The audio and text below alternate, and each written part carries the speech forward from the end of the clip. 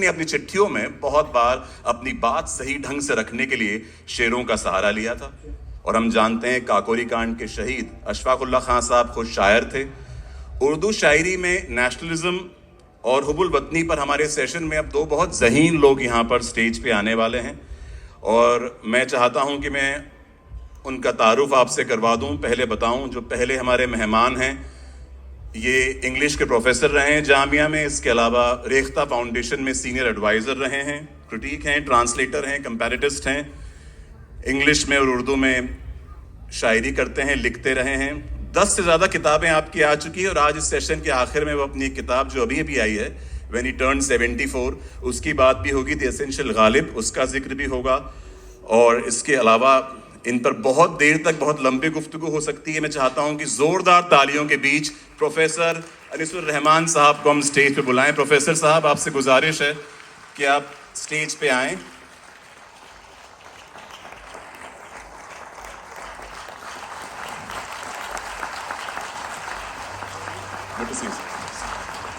اور اب دوسرا نام وہ ہے جو ہم سب کے فیوریٹ ہے، جب بھی میں ان سے ملتا ہوں تو کہتا ہوں یہ تمہاری میری باتیں ہمیشہ یوں ہی چلتی رہے۔ جب انہوں نے فلمیں لکھی تو ڈائلاگ ہمیں لگا کہ ہمارے ہیں، کہانیاں ہمیں لگی ہماری ہے، ہمیں لگا کہ ہماری باتیں کہی جا رہی۔ جب گانے کہیں تو ہم نے ان کا سہارا لیا، جب شعر کہے تو بھی ہم نے ان کا سہارا لیا، اور ہمیں اپنی بات لگی۔ ایک شعر مجھے کل ہی جو ہے وہ یاد آیا، اور اس ٹاپک پر، اس جگہ پر مجھے لگتا ہے ایک دم فٹ بیٹھتا ہے۔ انہوں نے کہا، اسی جگہ اسی دن تو ہوا تھا یہ اعلان، اسی جگہ اسی دن تو ہوا تھا یہ اعلان، اندھیرے ہار گئے زندہ باد ہندوستان۔ تو one and only Javed Akhtar everyone. Javed صاحب کے لیے زوردار تالیاں بجے۔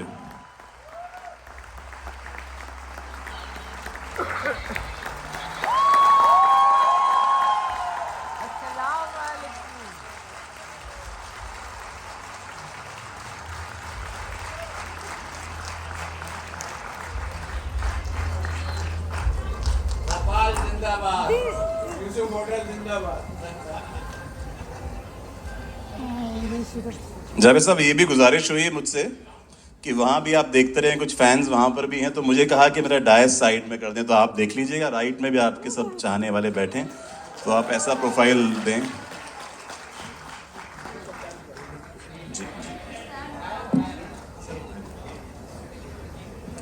یہ سر یہ بڑا سیریس پرابلم ہے۔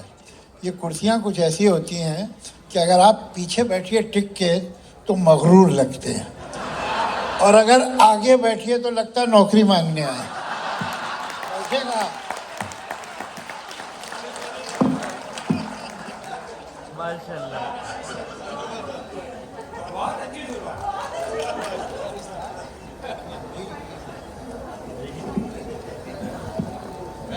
سب سے پہلے تو آپ کو سلام و آداب، اور آپ کا بہت بہت استقبال اس سیشن میں، جس کا انتظار آپ بہت دیر سے کر رہے ہیں۔ ہوئی تاخیر تو کچھ باعث تاخیر بھی تھا۔ میں جس طرح بیٹھا ہوں اچھا لگ رہا ہے جیسے اکڑو بیٹھا ہوا ہوں۔ آپ نے ایک بار کسی جشن ریختہ میں پہلے بھی کہا تھا کہ ان کرسیوں پر بیٹھنا کار دارد، تو مجھے بھی لگ رہا ہے آج یہاں بیٹھتے ہوئے کہ یہ اتنا آسان نہیں ہے، حالانکہ یہ بہت شاندار کرسیاں آپ کو نظر آتی ہوں گی، اگر بیٹھ کے آپ دیکھیں تو اندازہ ہوگا کہ کس قدر تکلیف دہ ہے۔ بہرحال یعنی یہ آپ کو ایک ایلیوژن میں مبتلا کرتا ہے کہ ہم کسی خاص تخت پہ طاؤس پہ بیٹھے ہوئے، جو کہ بالکل نہیں ہے۔ دوستو، ایک بہت عمدہ اور ایک بہت اچھا موضوع ہمارے سامنے آج گفتگو کے لیے ہے، اور جب ہما صاحبہ نے مجھ سے کہا کہ نیشنلزم ان اردو پوئٹری پہ گفتگو ہونے والی ہے، تو میں نے سوچا کہ آخر کیوں ایسا ہونے والا ہے، جبکہ میں نے یہ تو کبھی سنا نہیں کہ nationalism in Hindi poetry, nationalism in Gujarati poetry اور مراٹھی پوئٹری اور کسی بھی زبان میں، تو ایسا کیوں ہے کہ ہم اردو پوئٹری میں نیشنلزم کی بات کرنے چلے ہیں۔ تو مجھے لگا کہ جب بات کرنے پہ بات آ گئی ہے تو بات کر کے دیکھتے ہیں کہ کیا ہوتا ہے آخرکار۔ سیلف کانگریچولیٹری بھی نظر آتا ہے پہلے کہ ہم خود ستائی کرنے والے ہیں کہ بہت کچھ لکھا گیا ہے، اور واقعہ ہے کہ بہت کچھ لکھا گیا ہے، بہت کچھ لکھا گیا ہے، اور لیکن ہم سیلف کانگریچولیٹری ہونا نہیں چاہتے جاوید صاحب، ہم ہونا چاہتے ہیں سیلف کرٹیکل۔ دراصل دیکھیں کہ واقعی ہم نے جو لکھا ہے پچھلے 700 برسوں میں، امیر خسرو سے لے کر اور آج تک، اس میں ہے کیا آخرکار؟ اور اگر آپ دیکھیں تو اتنا بڑا ذخیرہ موجود ہے، یعنی امیر خسرو سے ثقل بن پھول رہی سرسوں جو آپ نے سنا ہے، وہاں سے لے کے جاوید اختر تک، ابھی وہ جو مصرع پہ پڑھ رہے تھے کہ اندھیرے ہار گئے زندہ باد ہندوستان، وہاں سے اٹھائیے آپ. اگر 700 سال کی تاریخ آپ کے سامنے ہے، یعنی امیر خسرو کے ثقل بن پھول رہی، ایک پورا احاطہ آپ کے سامنے ہے، منظرنامہ ہے. امیر خسرو کا ذکر کیا تو مجھے یاد آتا ہے کہ میں آپ کو ایک چھوٹا سا 1 منٹ کا وقفہ ہے، میں سناتا ہوں آپ کو کہ امیر خسرو ایک بار جا رہے تھے رستے میں اور ان کو پیاس لگی. پنہارینیں تھیں وہاں پہ، تو انہوں نے کہا پانی پلاؤ. تو انہوں نے کہا تم شعر سناؤ، پانی پاؤ. تو اس نے کہا تو شعر کیسے سنائیں، کچھ بتاؤ، کیا چاہیے تم کو. تو اس نے کہا 4 تھی وہ. انہوں نے کہا 4 لفظ دیتے ہیں، تم شعر سناؤ اس پہ. کھیر، ڈھول، کتا اور ایک اور لفظ دیا.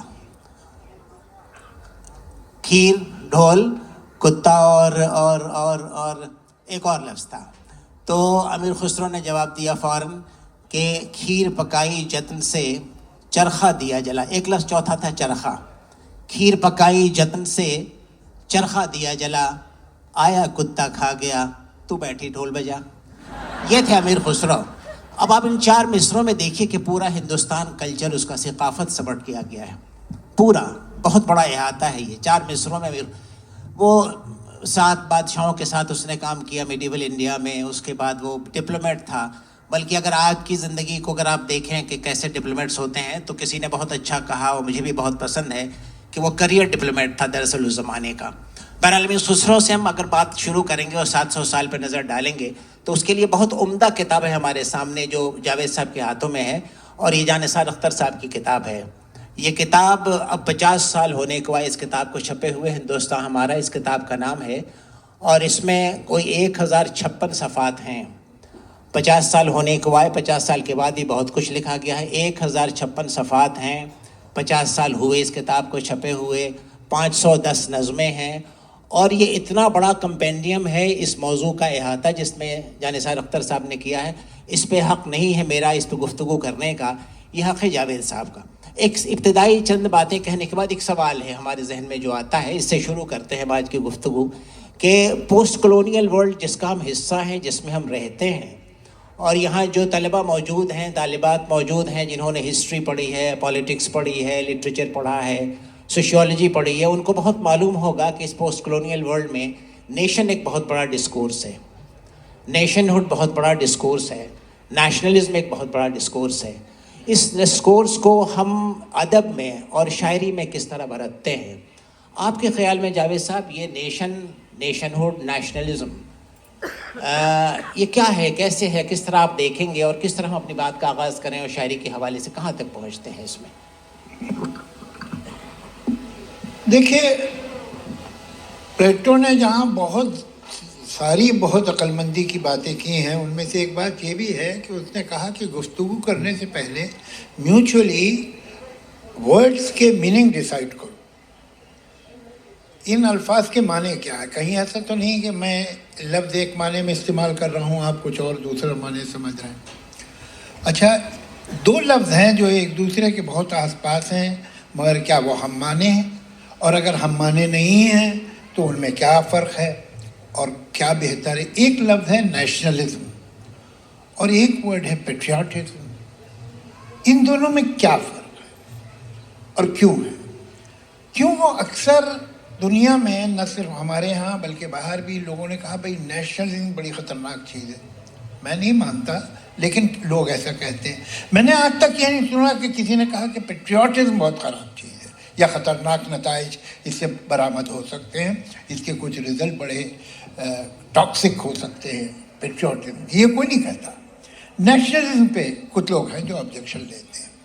نیشنلزم ضروری ہے کہ نہیں ہے، ہونی چاہیے تھی کہ نہیں ہونی چاہیے تھی، اب یہ بحث میرے خیال سے بیکار ہے، اس لیے کہ نیشنلزم ایک حقیقت ہے اور وہ ہماری زندگی کا، ہماری دنیا کا اور دنیا کی عالمی سیاست کا ایک حصہ ہے. نیشن ہوڈ جو کانسیپٹ آیا ہے تو اس کے بعد نیشنلزم بھی آئے گا ہی، وہ انیویٹیبل ہے. لیکن مجھے لگتا ہے کہ نیشنلزم کی اصلی پہچان اور جو اس کی جڑ ہے، جس سے نیشنلزم اور پازیٹیو نیشنلزم آپ میں زندہ رہتا ہے، وہ پیٹریوٹزم. آپ کو اپنی زمین سے، اپنی تہذیب سے، اپنی زبان سے، اپنے لوگوں سے، اپنے ریت رواج سے کتنی محبت. اس محبت کا پہلا قدم یہ محبت ہونا چاہیے. اس کے بعد اس کو پروٹیکٹ کرنا، اس پہ فخر کرنا، اور کوئی اس پہ بری نظر ڈالے یا اسے ڈسٹارٹ کرنے کی کوشش کرے تو جان دینے کو تیار ہو جانا، یہ نیشنلزم ہے. لیکن وہ سچے نیشنلزم وہی ہے جس کی جڑیں پیٹریوٹزم میں بہت گہری ہیں. جب اپنی زمین سے، اپنے لوگوں سے، اپنی تہذیب سے سچی محبت ہے، وہ ہے اصلی نیشنلزم اور سچی نیشنلزم. یہ فصل یہیں اسی زمین میں اگ سکتی ہے. صحیح. اب کیا ہے، بہت ساری چیزیں جو ہوتی ہیں وہ سیاسی بھی ہو جاتی ہیں، پولیٹیکلی کیا بہتر ہے ہمارے لیے، ہم کو مائلیج کس چیز سے ملے گا، ہم کون سے ایسے خداؤں کو بیچ میں لائیں کہ جس پہ کوئی انگلی اٹھانے والا ہی نہ ہو، ہمت ہی نہ پڑے کسی کی، اور اس کو سامنے رکھ کے پیچھے پیچھے چلتے رہیں. تو یہ باتیں بھی دنیا میں ہوتی رہتی ہیں، نا ہمارے ملک میں، ساری دنیا میں ہوئی ہیں، ہوتی رہیں صدیوں سے، وہ الگ بات ہے.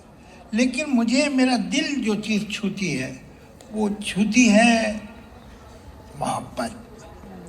محبت زمین سے، محبت اپنے زمین کے ہیروز سے جنہوں نے اس زمین کو خوبصورت بنانے یا ان کی حفاظت کے لیے اپنی زندگی کے داؤں تک لگا دیے، ان سے محبت، اپنے ریت رواج سے محبت. یہ پازیٹیو ایموشن چاہیے نیشنلزم میں. نیشنلزم اگر مجھے نفرت کرنے پہ اور دوسروں کو حقیر سمجھنے میں کی طرف لے جاتی ہے تو نیشنلزم ٹھیک نہیں ہے. لیکن اگر اپنے لوگوں سے محبت کرنا سکھاتی ہے تو اچھی.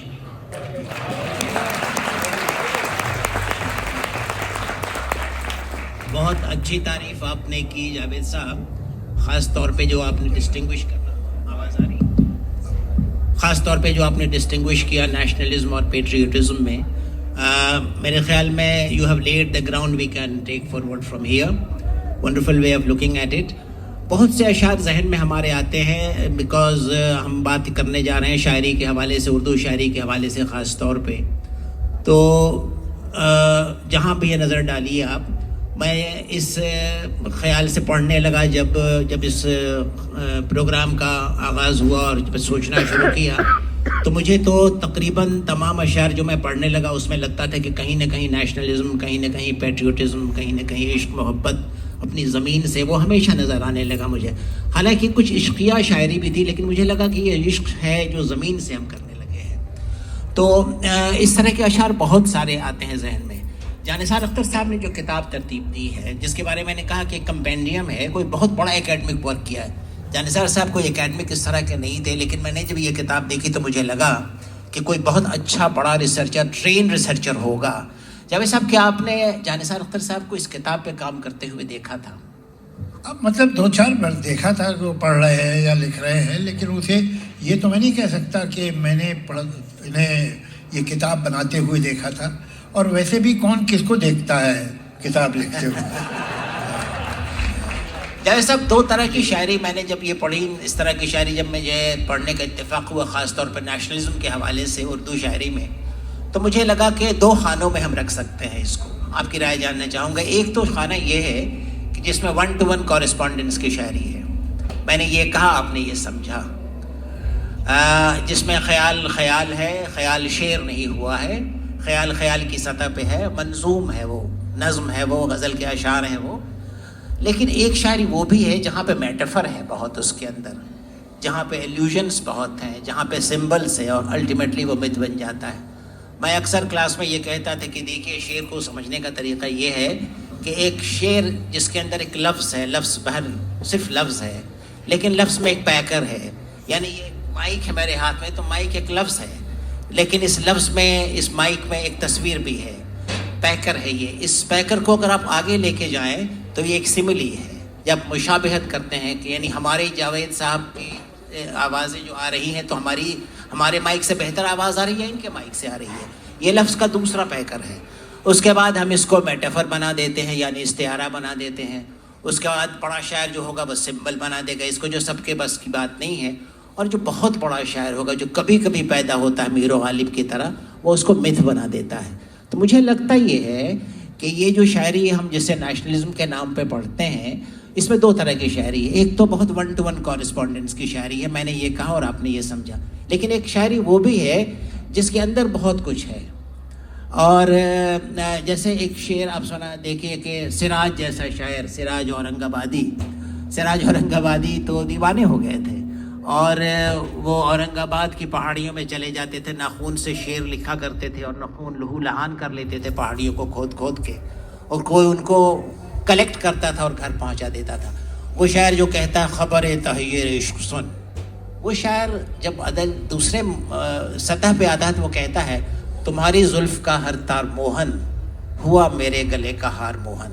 تو آپ دیکھیے یہ سراج ہے, لیکن یہاں کیسے میٹافر استعمال کرنا, کیا کہیں گے آپ کہ ایک تو ون ٹو ون کورسپونڈنس کی شاعری ہے, وہ کیسی ہوگی نیشنلزم کے حوالے سے, اور وہ شاعری جس میں متھ میٹافر ہے. متھ تو بہت بعد میں آ کے بنتا ہے, اس کے بارے میں کیسا خیال ہے آپ کا, یعنی کس طرح کی شاعری ہے جو ہمارے پاس ہے اس وقت موجود نیشنلزم کے حوالے سے؟ سب سے پہلے تو میں آپ سے یہی کہوں گا کہ جو کام آسانی سے کیا جا سکتا ہے اسے مشکل سے کرنے کی ضرورت نہیں. میرا خیال ہے پہاڑی پہ جا کے ناخون سے پتھر پہ کھرچ کے لکھنے کے بجائے اگر وہ اپنے گھر پہ بیٹھ کے کاغذ قلم سے لکھتے تب بھی اچھا لکھ سکتے تھے. ایک تو میں ان طرح کی باتوں سے بالکل امپریس نہیں ہوتا, کیونکہ پہاڑی پہ جا کے ناخون سے لکھتے کیوں لکھتے, تمہارے پاس قلم نہیں تھا کیا؟ دوسرے, اب آپ کچھ باتیں کھل کے کرتے ہیں, اس کے بغیر کام چلے گا نہیں. یہ نیشن ہوڈ کا کانسیپٹ دنیا میں دو طرح کا ہے. ایک نیشن ہوڈ جو ریجن سے بنتی ہے اور ایک نیشن ہوڈ جو ریلیجن سے بنتی ہے. یہ نیشن ہوڈ جو ریلیجن کی ہے میں اسے نہیں مانتا, میں ریجن سے ہی مانتا ہوں. کل بھی اتفاق کی بات ہے کہ میں جہاں تھا کسی اور جگہ, یہاں نہیں باہر, وہاں بھی کچھ اس کے آس پاس کی ہی بحث تھی. قصہ کیا ہے کہ اگر ریلیجن سے نیشن بنتی ہوتی اور اس پہ نیشنلزم آپ کا بیس ہوتا تو یورپ کو ایک ملک ہونا چاہیے تھا, مڈل ایسٹ کو ایک ملک ہونا چاہیے تھا, لیکن ایسا تو نہیں ہوا ہے. میں نے یہ جو آپ کا کلچر ہے, جو آپ کی آئیڈینٹی ہے, اس میں یقیناً ریلیجن کا بھی ایک ہاتھ ہے. ایسا نہیں ہے کہ ریلیجن اس میں کوئی پارٹیسپیشن ہی نہیں کرتا, لیکن فیکٹ یہ ہے کہ وہ بہت ایگزیجریٹڈ ہے. آپ کا ریلیجن آپ کی پرسنالٹی پہ اتنا گہرا اثر نہیں ڈالتا جتنا آپ کا ریجن ڈالتا ہے.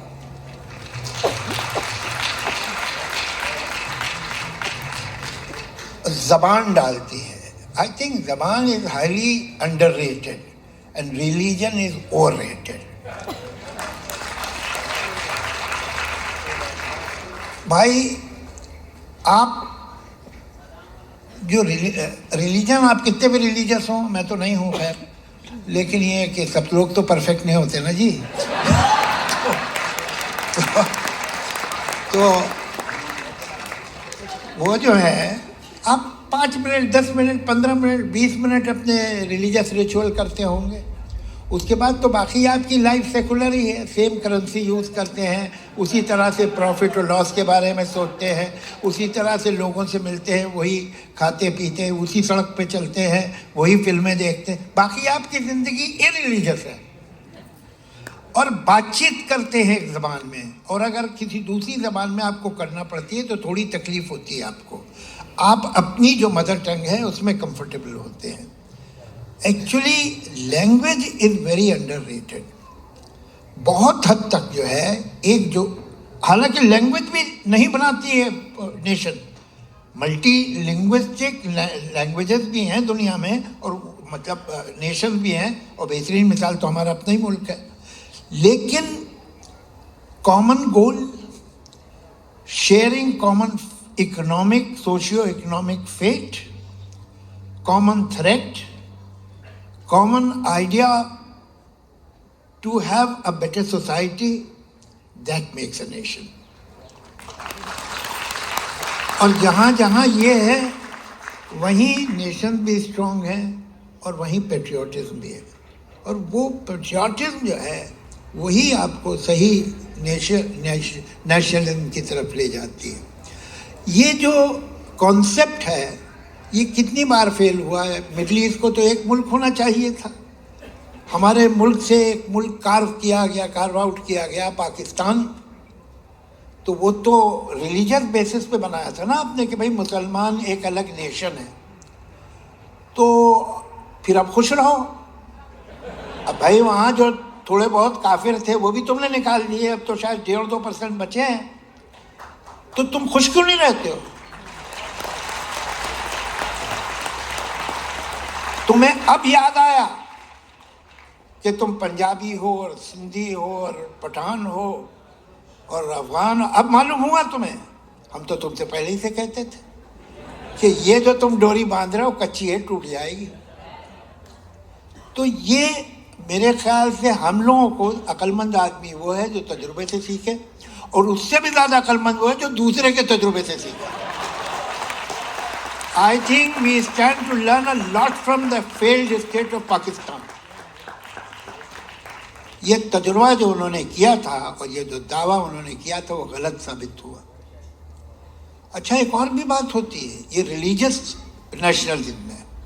یہ دھیرے دھیرے پیاز کے چھلکے اترتے چلے جاتے ہیں. جب پاکستان کی ڈیمانڈ ہوئی تھی تو شیعہ بھی مسلمان تھے, قادیانی بھی مسلمان تھے, احمدیہ مسلمان تھے, اور سب ایک تھے. پاکستان بننے کے بعد پہلے بار پتہ چلا کہ قادیانی مسلمان نہیں ہوتے ہیں. اس کے بعد اب پتہ چل رہا ہے کہ شیعہ بھی مسلمان نہیں ہوتے ہیں. اور ابھی سنیوں میں بھی طے ہونے والا ہے کہ کون مسلمان ہے کہ کون نہیں. ان میں بھی ہے. تو یہ چھلکے اترتے ہی چلے جاتے ہیں پیاز کو ڈھونڈتے ہوئے, لیکن پیاز ملتا نہیں ہے اس لیے کہ وہ چھلکے ہی پیاز بنے تھے. تو ہم لوگوں کو ذرا عقل مندی سے کام لینا چاہیے کہ جب آپ ریلیجن کے بیسس پہ نیشن ہوڈ کا تصور کرتے ہیں تو جب وہ ہو جاتا ہے تو پھر چھلکے اترنا شروع ہوتے ہیں. اور یہ ہر جگہ ہوا ہے جہاں یہ ریلیجس اٹیمپٹ کیے گئے ہیں. میں سمجھتا ہوں سچی نیشنلزم اپنی زمین سے, اپنے لوگوں سے, اپنے موسم سے, اپنے ہواؤں سے, اپنے پیڑوں سے, اپنی شاخوں سے, اپنی ریت رواج سے محبت کا نام. میرے پاس یہ 2 والیومز ہیں جو میرے فادر نے ایڈٹ کیے تھے. بہت کمال کا کام ہے یہ. یہاں پر راج کمل کا وہ ہے کیا بولتے ہیں, what is the word for it,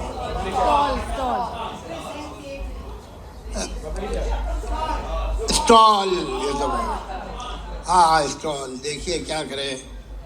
تو اسٹال ہے وہاں پر. یہ کتاب آپ کو دیوناگری میں اویلیبل ہے, تو آپ دیوناگری اگر پڑھتے ہیں تو آپ اس میں یہ کتابیں ضرور لیجیے. You will be surprise.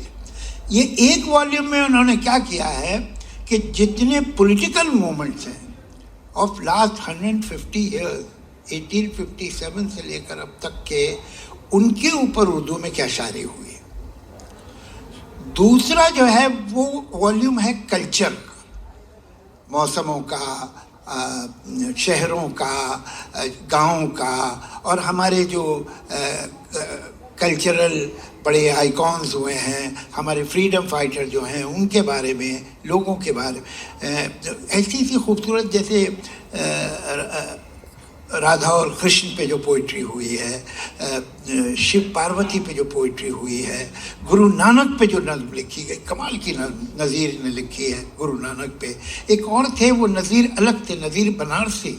انہوں نے ایک نظم لکھی ہے گنگا کے 3 روپ. صبح سے لے کر رات تک گنگا کیسے کیسے روپ بدلتی ہے, اور اس کے گھاٹ کے بارے میں. کیا خوبصورت نظمیں ہیں. تو آپ کو میں بجائے اس کے کہ پولیٹیکل سناؤں, جبکہ وہ ہے اپنا نان کوآپریشن پہ ہے, کوئٹ انڈیا موومنٹ پہ ہے, جلیان والا باغ پہ ہے, اور کوئی ایسا موومنٹ پولیٹیکل موومنٹ نہیں ہوا ہے 1857 سے اب تک کہ جس پہ آپ کو بہت اچھی اردو پوئٹری نہیں ملے, اور ملنی ہی چاہیے, لاجیکل ہے. Urdu is one language which has a unique distinction. دنیا میں جب بھی شاعری شروع ہوئی ہے کسی زبان میں تو وہ ریلیجس پوئٹری سے شروع ہوئی ہے. ہمس لکھے گئے ہیں, بھجن لکھے گئے ہیں, in praise of the deity or in praise of the Almighty and so on. اور دھیرے دھیرے it transcended and went to other topics. ہماری اردو شاعری کا ایک ڈسٹنکشن یہ ہے کہ پہلے دن سے ہی یہ ریلیجس تھی, اور اگر ایتھیسٹک نہیں تھی تو کم سے کم ایگنوسٹک تو تھی. یہ 300 سال پہلے کے ایک دو شعر سناتا ہوں میں آپ کو. قائم کا شعر ہے, کعبہ جو ڈھہ گیا ہے تو کیا جائے غم شیخ, کہ اگر کعبہ ڈھہ گیا ہے تو کیا غم کی بات ہے بھائی. کعبہ جو ڈھہ گیا ہے تو کیا جائے غم شیخ, کچھ قصر دل نہیں, دل کا محل نہیں ہے جو بنایا نہ جائے گا. یہ 300 سال پہلے کا ہے. میر کہتے نجات, موکش, کہ بھائی آپ جب موکش پائیں گے تو آپ اچھے ہندو ہیں تو دوبارہ پیدا ہو جائیں گے, لیکن اچھے مسلمان تو جنت میں بھیج دیے جائیں گے. دونوں کا ادھر الگ الگ راستہ. تو جائے ہے جی نجات کے غم میں, ایسی جنت گئی جہنم میں. یہ شاعری, جس شاعری کے یہ تیور ہوں, جس زبان کے یہ تیور ہوں, وہ زبان مذہب کو تو نیشن نہیں مان سکتی.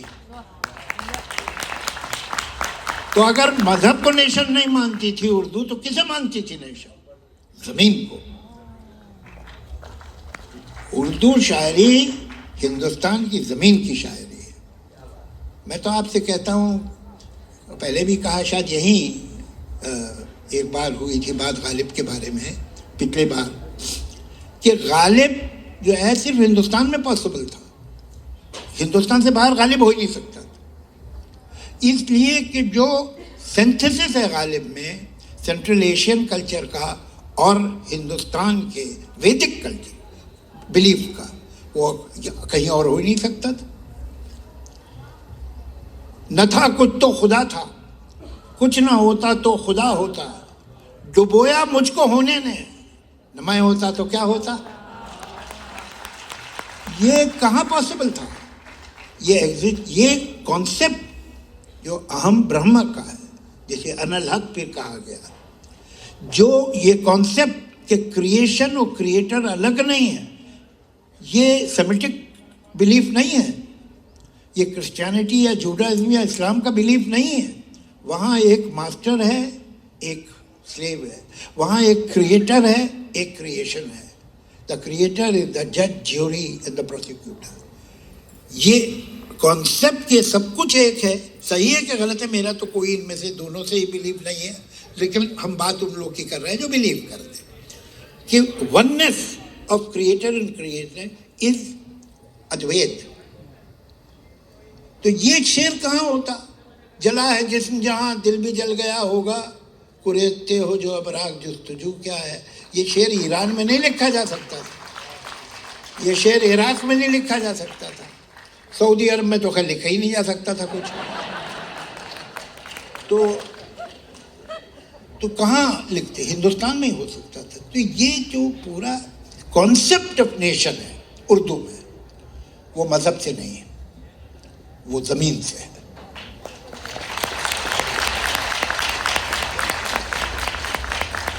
تو کوئی حیرت کی بات نہیں ہے کہ آپ کی نظمیں جو پولیٹیکل کانشیسنس کی نظمیں ہوتی رہی.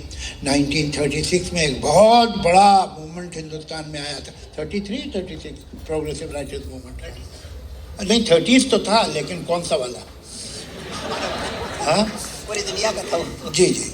تو اس میں پہلا لکھنؤ میں جلسہ اس کا ہوا تھا, اور ہندوستان کی ہر بھاشا کے ہر لینگویج کے لوگ تھے, رائٹرز تھے, پوئٹس تھے, جنہوں نے طے کیا تھا کہ ہم اپنی قلم, اپنی جو تخلیقی کریٹو پاورز ہیں وہ ملک کی آزادی کے لیے, ملک میں سوشل اور اکنامک ایکسپلائٹیشن کے خلاف اور ویمن امپاورمنٹ کے لیے ہم اپنا قلم استعمال کریں گے. اور میں بہت فخر سے کہتا ہوں, I am so proud of this, کہ اس ایفرٹ میں اور اس جنگ میں, کریٹو وار میں, سب سے آگے اردو رائٹرز اور پوئٹس تھے. ایک پوری فوج تھی جس نے لکھا, اور یہ جو کریٹو پوئٹس تھے اور یہ جو سارے کے سارے تھے, they were against all kind of sectarian, all kind of communalism, all kind of narrow minded regressive ideas. یہ ہے نیشنلزم, یہ ہے نیشنلزم. تو اردو اور نیشنلزم کو آپ الگ دیکھ ہی نہیں سکتے ہیں. اردو تو اچھا, اکثر لوگ جو ہے مجھے مطلب دیکھیے, دنیا میں نالج کی کوئی لمٹ ہو تو ہو, جہالت کی کوئی لمٹ نہیں, وہ انفینائٹ. تو مجھے ایک پڑھی لکھی خاتون نے پوچھا بامبے میں, اور گڈ فیتھ میں پوچھا, کوئی ایسی کڑواہٹ سے نہیں پوچھ رہی تھی وہ, کہ جاوید یہ اردو تو بابر کے ساتھ آئی تھی نا؟ میں نے کہا ہاں, پیچھے گھوڑے پہ بیٹھے ہوئے تھے. ارے بھائی, یہ لینگویج کیا ہوتی ہے پہلے سمجھو. لینگویج کیا ہے؟ لینگویج کیا اسکرپٹ ہے. یہاں میرے بہت سارے پنجابی دوست بیٹھے ہوئے ہیں, وہ جانتے ہیں کہ پنجابی گرمکھی میں لکھی جاتی ہے, پنجابی دیوناگری میں لکھی جاتی ہے, اور پنجابی اردو رسم الخط میں بھی لکھی جاتی ہے, مگر وہ رہتی تو پنجابی ہے. ہندی جو ہے یہ جسے ہم کہتے ہیں رومن, ایکچولی ہم انگلش کہتے ہیں, وہ ہے رومن. رومن اسکرپٹ میں آپ پڑھتے نا, کچھ کچھ ہوتا ہے KUCH, تو وہ انگلش ہے کیا؟ تو اسکرپٹ زبان نہیں ہے, تو پھر کیا ہے زبان؟ ووکیبلری. اب میں کہوں یہ تو بڑا ہیوی کراؤڈ ہے, اب میں نے 4 ورڈ استعمال کیے, یہ ہیوی کراؤڈ ہے, تو میں نے انگریزی بولی, حالانکہ جو مین ورڈ ہے ہیوی اور کراؤڈ, یہ انگریزی کیا ہے. تو یہ آپ کیوں نہیں کہتے کہ انگلش بول رہا ہے؟ ووکیبلری تو انگلش کی ہو گئی. یہ اور ہے طے کرنا ہے میں کون سی بھاشا بول رہا ہوں. زبان نہ ووکیبلری ہے نہ اسکرپٹ ہے, زبان اپنا سنٹیکس, اپنی گرامر ہے. تو آئیے چلتے ہیں, اب دیکھتے ہیں اردو کی گرامر کیا ہے. اردو کی گرامر اور ہندی کی گرامر میں کیا فرق ہے؟ کوئی فرق ہی نہیں ہے. یہ دنیا میں 2 لینگویجز ہیں, اس کے علاوہ کوئی 2 لینگویجز نہیں ہیں جن کی گرامر ایک ہے. تو پھر یہ الگ کیسے ہے؟ اسکرپٹ سے تو نہیں ہوتی زبان, ووکیبلری سے بھی نہیں ہوتی زبان. اور ووکیبلری آرٹیفیشلی ڈیفیکلٹ کرو تو الگ بات ہے, جب سمپلی بولو گے تو بتاؤ تم کہاں جا رہے ہو, میں گھر جا رہا ہوں. کھانا کھاؤ گے, پانی پیو گے, نہیں مجھے بھوک پیاس نہیں لگ رہی ہے. اور کیسے ہو؟ ٹھیک ہوں. یہ کیا ہے, ہندی ہے کہ اردو ہے؟ ادھر سے لکھ دو تو اردو ہو گئی, ادھر سے لکھ دو تو ہندی ہو گئی. کیا ہے؟ اب اس میں آپ موٹے موٹے لفظ ڈال دیجئے جان کے, جو کہ یوز. میں نے 2-3 ورڈ, جیسے ایک ورڈ ہے ایسے ہی ذکر نکلا, میں نے زمین پہ وہ ورڈ کبھی سنا ہی نہیں, صرف پلین میں سنتا ہوں. آشا ہے آپ کی یاترا سکھد رہی ہو. آپ نے سکھد کبھی سی لیول پہ سنا ہے؟ جس نے سنا ہاتھ اٹھائے. کہ صاحب ایک آدمی تھا زمین پہ کھڑا ہوا تھا اور مجھ سے کہہ رہا تھا کہ آپ سکھد ہیں کیا؟ آپ نے کہا تھا؟ یہ ایک صاحب بتا رہے سنا ہے. ہو سکتا ہے پلین تب تک لینڈ کر گیا ہو.